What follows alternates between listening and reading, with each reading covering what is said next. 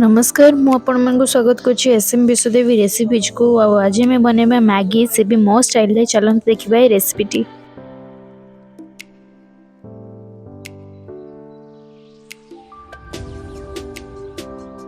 तो प्रथम आम कढ़ी गरम है से किसी पानी पकेबा।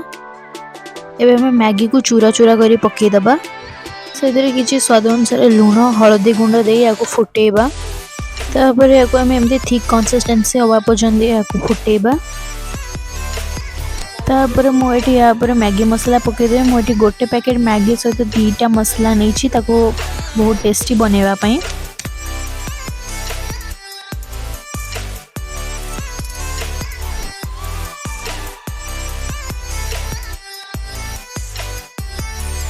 एबे हमर मैगी रेडी हो गला। या आम गरम गरम सर्व करवा एंड एंजॉय।